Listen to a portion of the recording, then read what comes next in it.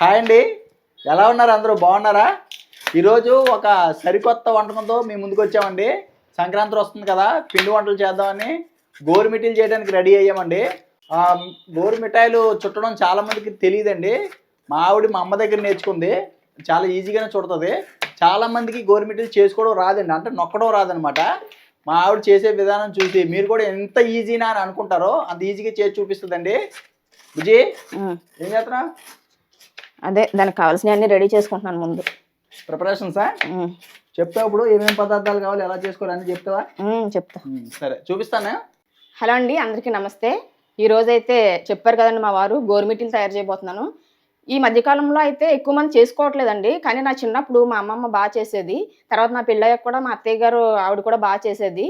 గోరుమిఠాయిని అది ఒత్తుకోవడం చాలా మందికి రాదండి, కానీ స్వీట్ అయితే తినడానికి మాత్రం అద్భుతంగా ఉంటుంది.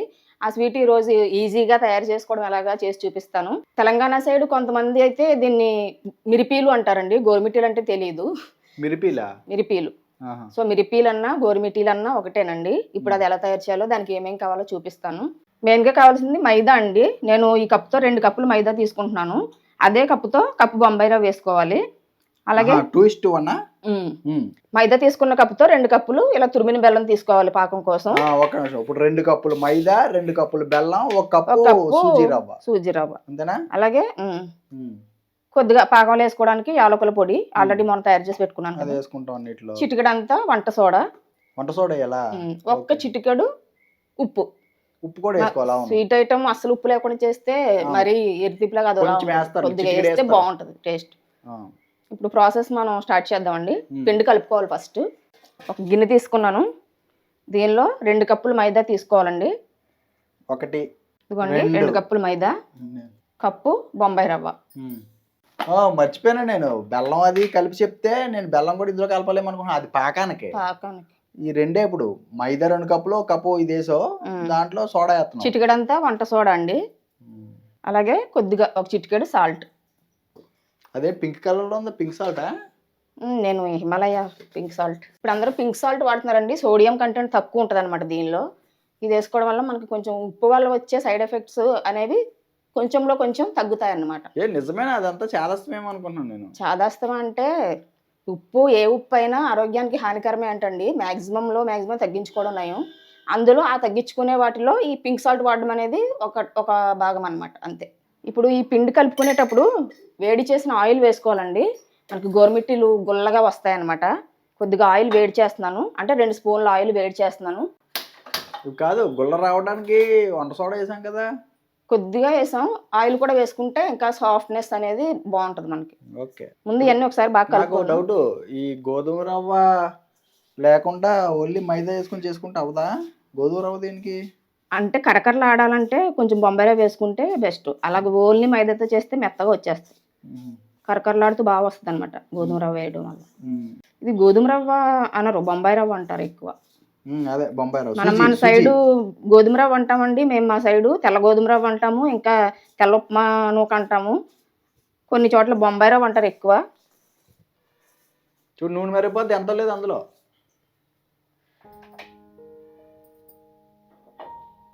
ఒక 2 స్పూన్ల వేడి చేసిన ఆయిల్ వేసుకుంటున్నానండి.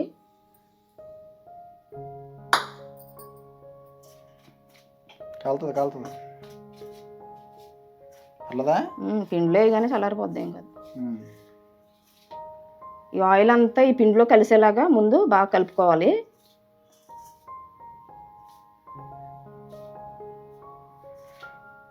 ఈ పిండి ఆయిల్ అంతా బాగా కలిసింది కదండి. ఇప్పుడు దీనిలో కొద్దిగా వాటర్ పోసుకుంటూ మనకి చపాతీ పిండి ఎలా ఉంటుంది అలాగా కలుపుకోవాలండి. చన్నీళ్ళేనండి, వేడి నీళ్ళు ఏమీ అవసరం లేదు.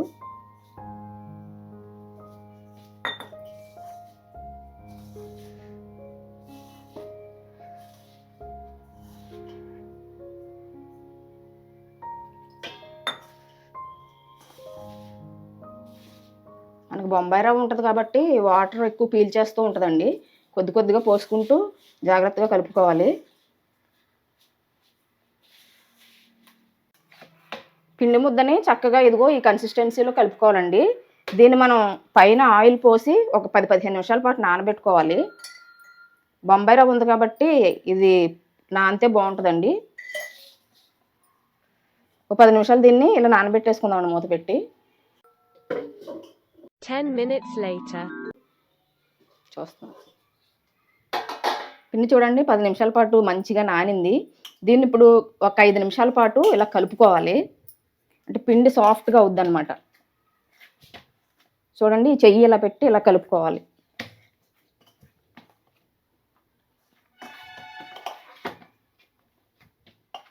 పిండిని ఇలాగ 5 నిమిషాల పాటు బాగా కలుపుకున్నానండి. చూడండి మంచిగా సాఫ్ట్గా అయింది. ఇప్పుడు మనం గోరుమిటీలు తయారు చేసుకోవాలండి. దానికోసం ముందుగా కొంచెం పిండి ముద్దని చేతిలోకి తీసుకుందాం.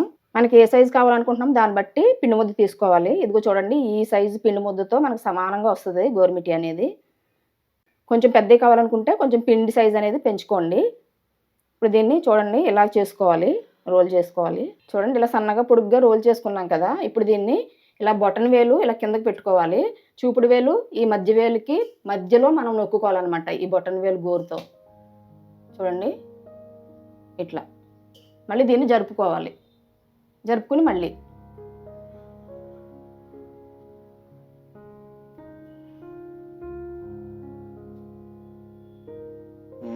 భలే సాగిందా.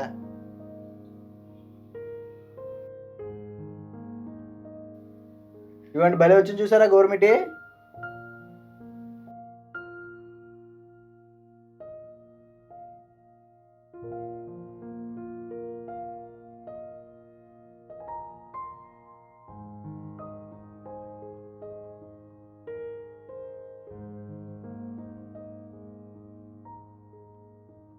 ఇంకోటి చేస్తానే చేయండి.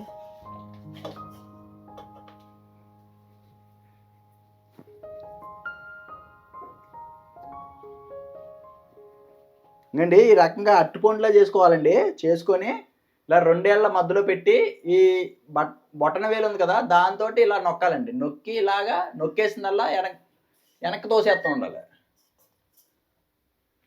చాలా ఈజీ. పని వస్తే ఈజీ అనండి చేసుకోవడం, రాకపోతే మాత్రం దాని అంత కష్టం ఏది ఉండదు. అండి మొత్తం రెడీ అయిపోయినండి. ఎంత పిండి వేసావు నువ్వు? మొత్తం 2 గిన్నెలు అంటే ఇప్పుడు మామూలుగా మైదా గోధుమ కలిపి ఒక 1/2 కేజీ ఉంటుంది కదా. 1/2 కిలో ఉండదండి, 300 గ్రామ్స్ అట్లా ఉంటుంది. 300 గ్రామ్స్కి ఇన్ని గోరుమిటీలు అవుతున్నాయండి. ఇప్పుడు 15 3 3 6 9 12 13 14 15 కరెక్ట్ 15 అండి. వేయించుకోమా ఇప్పుడు వీటిని. ముందుగా చక్కని పెనం పెట్టుకున్నామండి. ఇప్పుడు ఈ వేయించుకోవడానికి సరిపడా నూనె పోసుకుందాం. తడారిపోయిన తర్వాత ఎంత పోయాలి చెప్పా.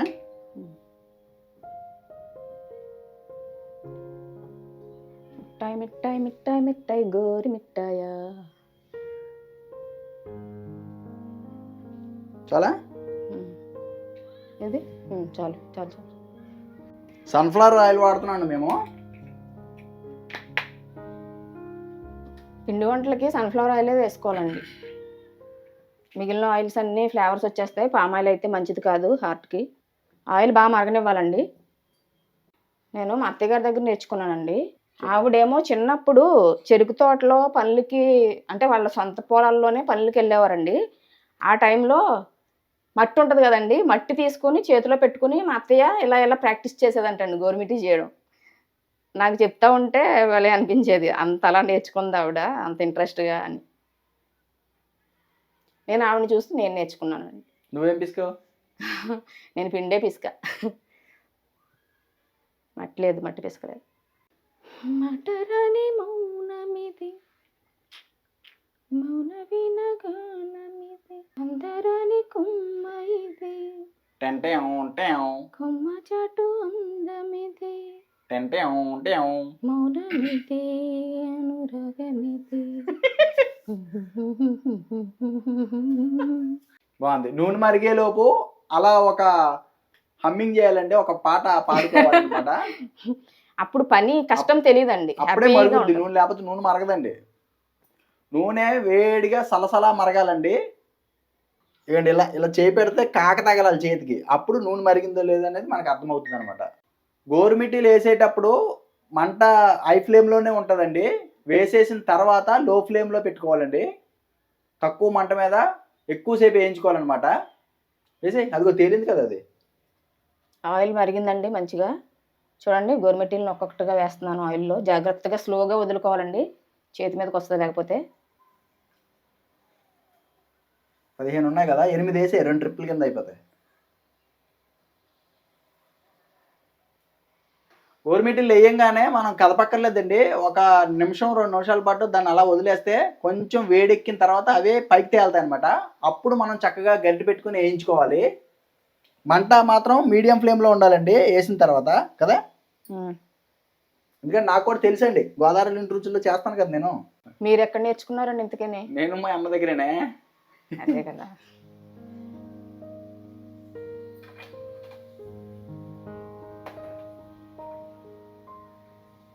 మనకి ఇవి లైట్ బ్రౌన్ కలర్ వచ్చే వరకు కూడా ఫ్రై చేసుకోవాలండి, అటు ఇటు తిప్పుకుంటూ. ఇలా మైదాతో చేసుకునేవి చాలా జాగ్రత్తగా చేసుకోవాలండి. మంట మనం ఎక్కువ పెట్టేసుకున్నాం అంటే గబాలన లోపల పచ్చిలాగే ఉంటుంది, పైన ఏగిపోతుంది అనమాట. తినేటప్పుడు మెత్తగా తగులుతాయి అవి. ఆ టిప్పుని ఫాలో అవ్వండి. ఎప్పుడు కూడా మంట ముందు వేసుకునేటప్పుడు ఎక్కువ ఉండాలి, వేసిన తర్వాత తక్కువ ఉండాలి. ఈ గోరుమిటీలు చేసుకోవడం చేతి మీద చేసుకోవడం అందరికీ రాదు కదండి. కాబట్టి బయట మనకి గోరుమిటీ చేసుకునే చెక్కలు దొరుకుతాయండి, అది కొనుక్కు తెచ్చుకుని దాని మీద కూడా చేసుకోవచ్చు. అదేలాగా అంటే ఇలా లైన్స్ లాగా ఉంటుంది, దాని మీద నొక్కి జస్ట్ ఇలా కొంచెం ఉంచుకోవడమే క్రిసెంట్ లాగా. ఇవి కొంచెం ముద్దల్లాగా ఉన్నాయి కాబట్టి మనకి దగ్గర ఒక 5-6 నిమిషాల దాకా ఏగుతాయండి కదా.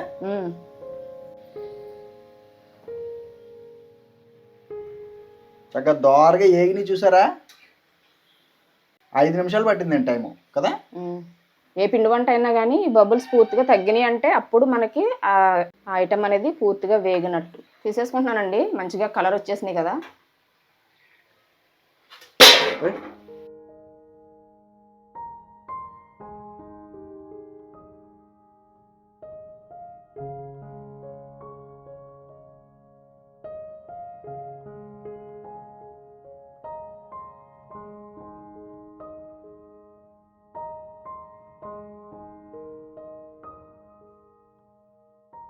ఇవ్వండి, ఒక వాయ కొంచెం ఎక్కువ వేగించాం, ఒక వాయ కొంచెం తక్కువ వేగించాం. అంటే కొంచెం ఎక్కువ వేగిందేమో అనే ఫీలింగ్ తోటి ఇది కొంచెం ముందే దింపాం అనమాట. 2 రకాలుగా ఉన్నాయి. ఇప్పుడు మనం బెల్లం పాకం పెట్టుకుందాం అండి. ముందుగానే ఇలా కోరేసింది బెల్లం. కొలత చెప్పేసావు కదా ఆల్రెడీ. బెల్లం 2 కప్పులు. 2 కప్పులు. 2 కప్పులు మైదాకి 2 కప్పులు బెల్లం అండి. బొంబాయి రవ్వది కొలత లేదు ఇందులో. బెల్లం పాకం కోసం మందపాటి గిన్నె ఒకటి పెట్టుకుందండి. ఫస్ట్ దాంట్లో మనం కోరేసిన బెల్లం వేసేసుకోవాలి. ఫస్ట్ ఇలాగా ఒక్క అర గ్లాసు, పావు లీటర్ గ్లాసులో అర గ్లాసు వాటర్ పోసుకోండి. ఇప్పుడు ఏంటిది, ముద్రపాకమా, తీగపాకమా, లేతపాకమా? ఈ పాకం మనకి జస్ట్ ముద్రపాకం అది ఏం కాదండి, జస్ట్ 2 వేళ్ల మధ్య అంటుకుంటే చాలు, జిగురుగా. అంటే లైట్ తీగపాకం. లైట్ తీగపాకం అంతే. లైట్ తీగపాకం అంటే టైం ఏం పట్టదు, 3 నుంచి 4 నిమిషాల్లో వచ్చేద్ది కదా. ఒక 2-3 నిమిషాలకి బెల్లం అంతా కరిగి ఇలాగా పాకం అవడానికి దగ్గర పడిందండి. దీనిలో 1 స్పూన్ యాలకుల పొడి వేసుకుంటున్నానండి. షుగర్ వేసి మిక్సీ పట్టుకున్నాను అనమాట. యాలకుల పొడి వల్ల ప్రతి స్వీట్లోని ఇలాగ వేసుకుంటారండి. యాలకుల పొడి మంచి సువాసన వస్తుంది అనమాట స్వీట్. చూస్తావా, పాకం చెక్ చేస్తావా? జస్ట్ ఏం లేదండి, ఇలా తీసుకున్నాం కదా, ఇలా అనుకోవాలి, జిగురుగా రావాలన్నమాట. మధ్యలో తీగ ఇంకా రాలేదు. ఈ పాకం దగ్గర పడిన తర్వాత పెద్ద ఎక్కువ టైం ఏం తీసుకోదండి. అంటే దాని యొక్క కన్సిస్టెన్సీ మారడానికి ఎమటెమట చూస్తూ ఉండాలి. వస్తుంది ఆల్రెడీ. ఇంకొక సెకండ్ చూడు. అవసరం లేదు, ఇంకా సరిపోద్దండి. తీగ స్టవ్ ఆఫ్ కరెంట్ పోయిందండి, కొంచెం లైటింగ్ తగ్గింది. స్టవ్ ఆఫ్ చేసేసానండి, పాకం దించేసుకున్నాను. మన గోరుమిటీని దీనిలో వేసేసుకుంటున్నాం. ఇట్లా ఇలా కలపాలండి. పాకంలో కలుపుకుంటూ ఉంటే ఆ పాకం అంతా వీటికి పట్టి ఆరిపోయి మంచిగా ఇవి పొడిగా అవుతాయి అన్నమాట కలుపుకుంటూ ఉండగానే.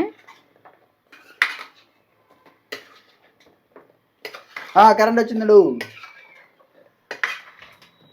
చూడు, లోపల బయట మొత్తం అంటే ఇలా బాగా కలుపు.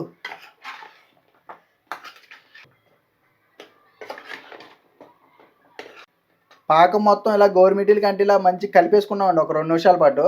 దీన్ని ఒక 5 నిమిషాలు ఇలా వదిలేద్దామండి, బెల్లం అంతా చక్కగా ఆరిపోద్ది.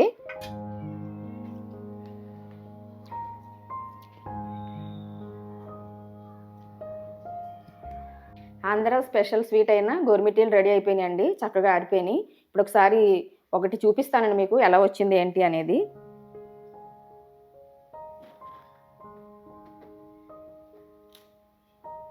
చూడండి మనకు చక్కగా గుల్లగా వచ్చినాయి. తిని ఎలా ఉందో చెప్పండి. గుల్లదనం బాగుందా? సూపర్. పర్ఫెక్ట్ గవర్నమెంట్ అదిరింది. చాలా బాగుందండి, గుల్లగా చాలా బాగా వచ్చినాయి. మధ్యలో కూడా మంచిగా ఉడికి చూసారా, పుల్లాగా అలా ఉండాలి. చాలా బాగుందండి. ఆంధ్రాలో సంక్రాంతికి అరిసెలు, గోరుమిటీలు, గవ్వలు అన్నీ చేసుకుంటారు చాలా మంది. జంతికలు, పప్పు చెక్కలు అలాంటివన్నీ చేసుకుంటారు. అందులో ముఖ్యంగా చాలా మంది చేసుకునేది అరిసెలు, గోరుమిటీలు. మీరు కూడా ఒకసారి ఈ రకంగా ట్రై చేయండి. మైదా పిండి వేసాం కదా, కొంతమంది గోధుమ పిండి కూడా వేసుకొని చేసుకుంటారండి. అలా కూడా చేసుకోవచ్చు. అంటే మైదా పిండి మంచిది కాదు అంటారు కదా, అందుకోసం. అసలు నార్మల్గా గోరుమిటీలు అంటే ఒరిజినల్ ప్రాసెస్ షుగర్తో చేస్తారండి. ఇదివరకు కూడా షుగర్తోనే చేసేవారు. పాకం షుగర్ పాకం అన్న పెట్టచ్చు, బెల్లం పాకం అన్న పెట్టచ్చు. ఎవరెస్ట్ వాళ్ళది. మనం బెల్లం ఎక్కువ తింటామండి మేము ఆంధ్రాలో. ఇప్పుడు చాలా మంది షుగర్ నుంచి బెల్లానికి వచ్చేసారండి. అసలు ఎవరో కూడా పెద్దగా అందరికి షుగర్లో అది ఉండడం వల్ల షుగర్ వాడట్లేదు, వస్తుందని భయంతో కొంతమంది షుగర్ ఆల్మోస్ట్ తగ్గించేశారండి. బెల్లం పాకమే వాడుతున్నారు అందరూ. కానీ షుగర్ కంటే కూడా బెల్లం పాకంతో బాగుంటుందండి టేస్ట్. అవును, అదండి. మా ఈ గోరుమిటీలు వీడియో నచ్చితే లైక్ చేసి మా ఛానల్ సబ్స్క్రైబ్ చేసుకోండి. మరిన్ని వీడియోల కోసం మమ్మల్ని ఫాలో అవుతుండండి. లైక్ చేయడం మాత్రం మర్చిపోకండి. మీరు ఇచ్చే ఒక లైక్ మాకు సపోర్ట్ చేసినట్టు అవుతుందండి. రేపు ఇంకో వీడియోతో మళ్ళీ కలుద్దామండి. అంతవరకు బాయ్ అండి. వీడియో చూసినందుకు అందరికీ థ్యాంక్ యూ అండి. నమస్కారం అండి.